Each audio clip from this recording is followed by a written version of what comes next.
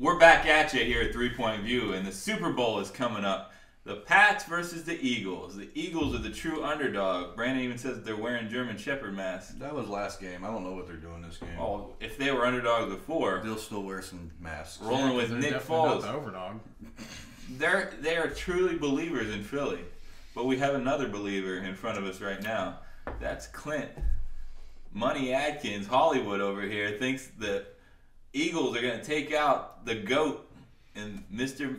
America's. It's not America's team, but it's pretty much become the team up there in Foxborough. Before we give him a chance to talk, call it heads or tails. Heads.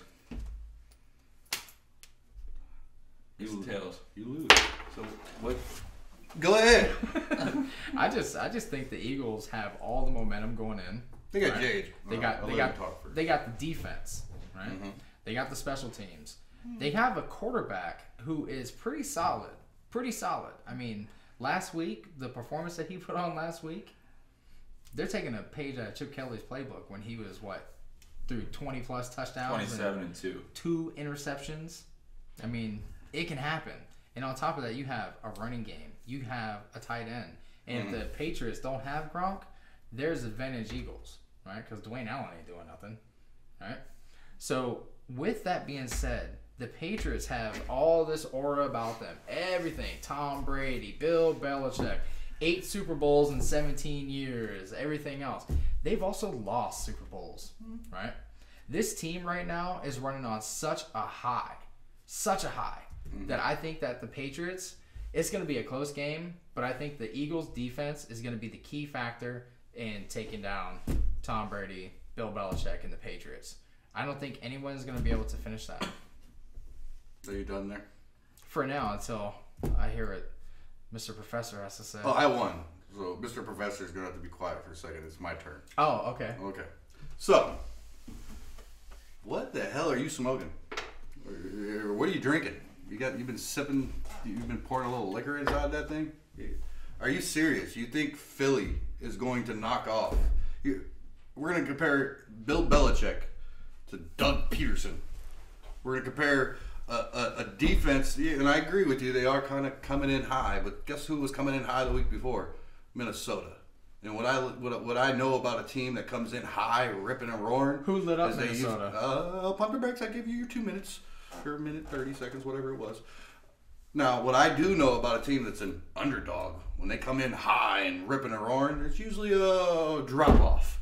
And this is not the team you want to have a drop-off with. No. And as far as the Gronk situation, you got 2 weeks. We're in week 1. They're not going to let you know Gronk's coming or not. He's playing. He's playing. Exactly. He's playing. So that mismatch, you ain't going to have to worry about it. And even if Gronk wasn't playing, Brady managed to find people, like I said last week. Philip Dorsett caught a key pass. Philip Dorsett, I forgot Philip Dorsett played for New England. Well, the Phillies' third-string tight end caught a pass, too. Big deal.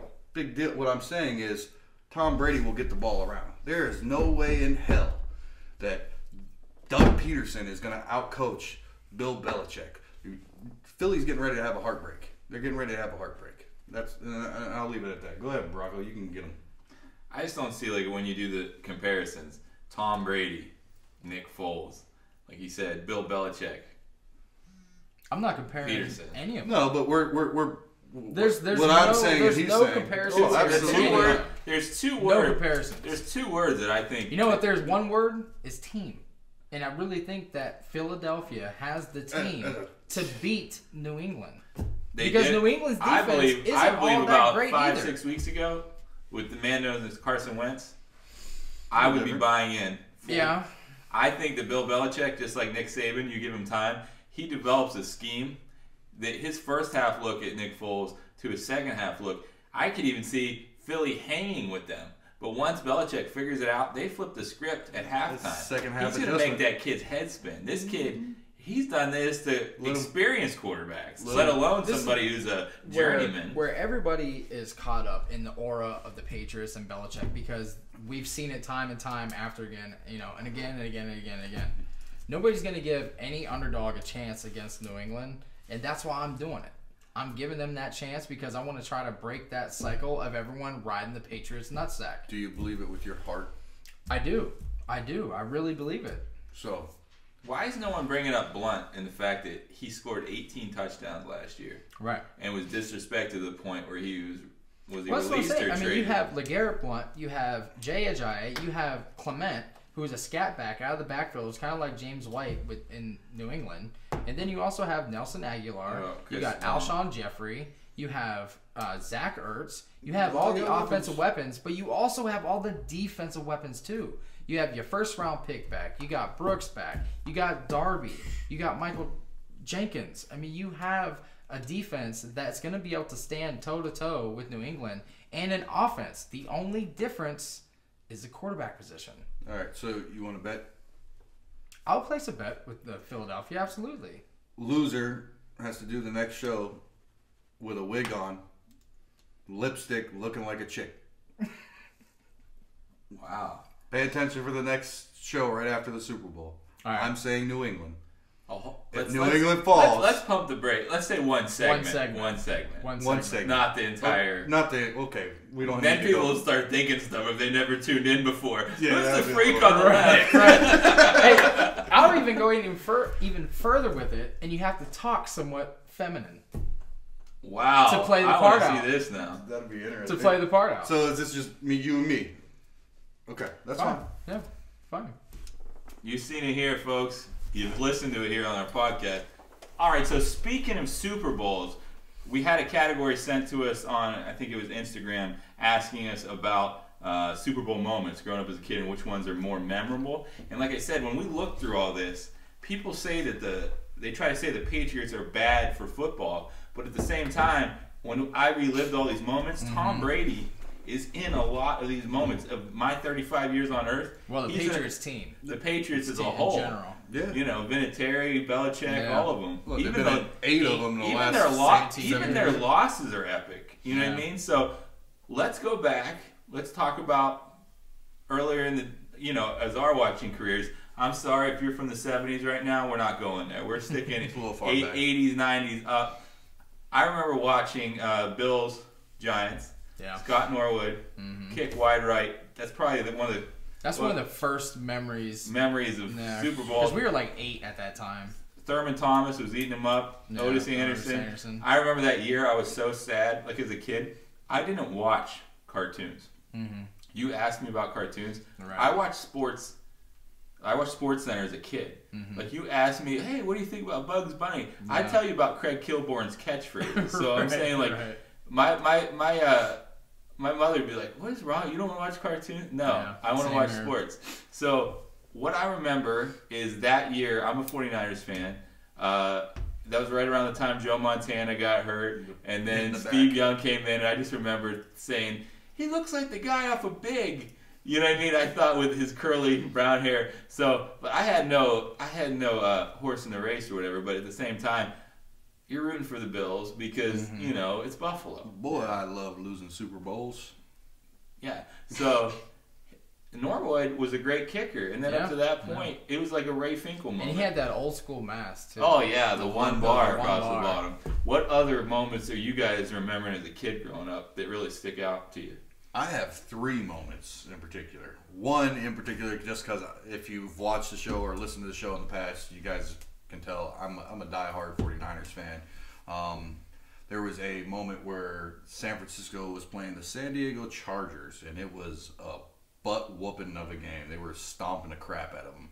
And I don't even remember the receiver in particular, but we had Deion Sanders on the team that year, and Deion was owning this receiver. And it turned into kind of a tussle moment where they were pushing and shoving, and Deion looked at the guy, and you could see his big smile as he just pointed to the scoreboard, and they were up by like 30 points already. Yeah. It was like early in the game. They demolished them. Another game that I'll always remember, the Giants and the Patriots. Not to bring up the Patriots again, but we have a hometown boy. We're from a little town called Warren, Ohio.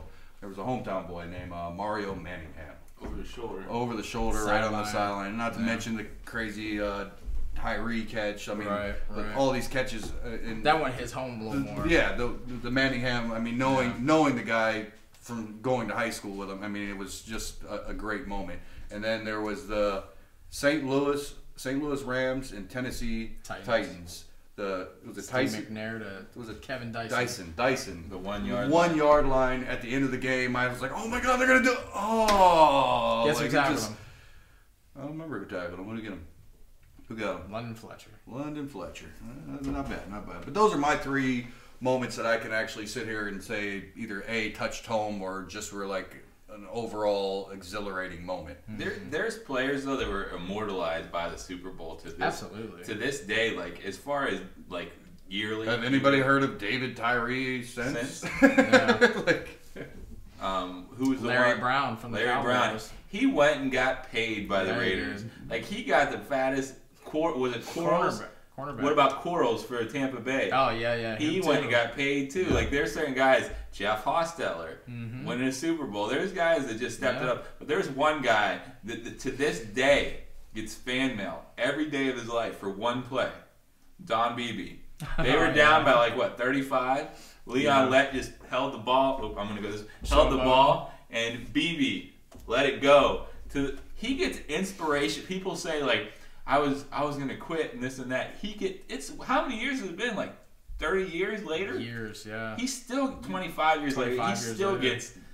They had like a special on him on a Sports Center or whatever, and he still gets quotes and everything sent to him every day about that one play. You know what's funny is that's not even the first time that's happened to Leon Lett. That's No. happened Oh no! twice In the snow, against in the- Miami. yeah.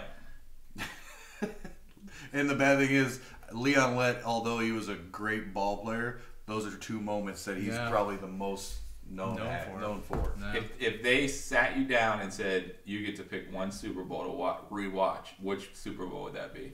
Well, we'll keep it going. I want to get into the moments over here. Okay. All right. So the moments for me, you guys all know I'm a Brett Favre fan. And Yeah, he's your favorite. Yeah, he's my favorite. And so when he hit Andre Rison on like the 2nd or 3rd play of the game, right down the middle, right? Remember Bad Moon? Mm-hmm. So it hits him right down the middle of the play, right down the middle of the field there, and then it was like running with his helmet off and all that good stuff, like that type of moment. I remember that to the T. And then the John Elway helicopter. Oh my gosh! John Elway with the helicopter. horse face just. Yeah, just trucking along, and it was like what 14. It yards felt long? like it took like a half an hour for him to get there. Yeah. And just because of what it meant for him. For him. You know what I mean? It was That's the mountaintop. honestly, it was probably one of my, and I'm not a Broncos fan, and I've seen the Niners in the Super Bowl a bunch. But to watch a Super Bowl, if I had to watch a Super Bowl again, that might be one of them that I'd want to watch again, just because of what he overcome. It came down to the final. Oh, minute, he was there, man. It was a because great Favre moment. had a chance. Yep. They had a chance, and they lost it on 4th down. I wish I could sit there and tell you guys that I haven't changed as I've gotten older, but I have. One of the things is I think I've become some sort of yuppie because I couldn't sit there and watch a game from 1994 and crap. Like, if you seen the games then, like it literally The looked shoulder like it looked like pads, the Tecmo. film. No, I'm talking like the actual to watch it on TV. It looked like Tecmo Bowl compared to now, and they got the drones coming down. Yeah. They're like this close to Tom Brady's face. Like you could see the pores in his face. So what I'm saying, if I had to rewatch a Super Bowl, I want to sit down with you guys and drink and watch how the Patriots came back from 28-3 by Atlanta, and how in God's name that happened. Or even how Seattle blows the handing the ball off to Marshawn with the interception. They even made fun of that. That was a great moment. That was like even like in pop culture because they started on the league. They even had Marshawn Lynch come in and say, "Hey, why don't you throw me a beer? Because it'd be better if you just handed it to me." You know what I mean? Like, it was to the point. What about this last moment? The Ray Finkel laces out kick. That's Ace Ventura. That's not real? No, it's not real. I'm kidding. We could keep rolling with this stuff. The one I don't miss when the Redskins and the Cowboys and all that and Tampa Bay, they just kick people's faces. I don't think it was an entertaining Super Bowl. No, not really. I mean, the Patriots, they won their first 2 by field goal. Yeah, I guess the Titans and the Rams. Is that who it was? Or the Rams and the Panthers. Yeah. That's who it was. So, we told you guys our favorite highlights as far as growing up with Super Bowls. Make sure you hit us up on Instagram and tell us what your favorite moments are, and we give us some questions to talk about here. We'll be right back at 3 Point of View. Laces out. Laces out, Finkel. Die, Dan.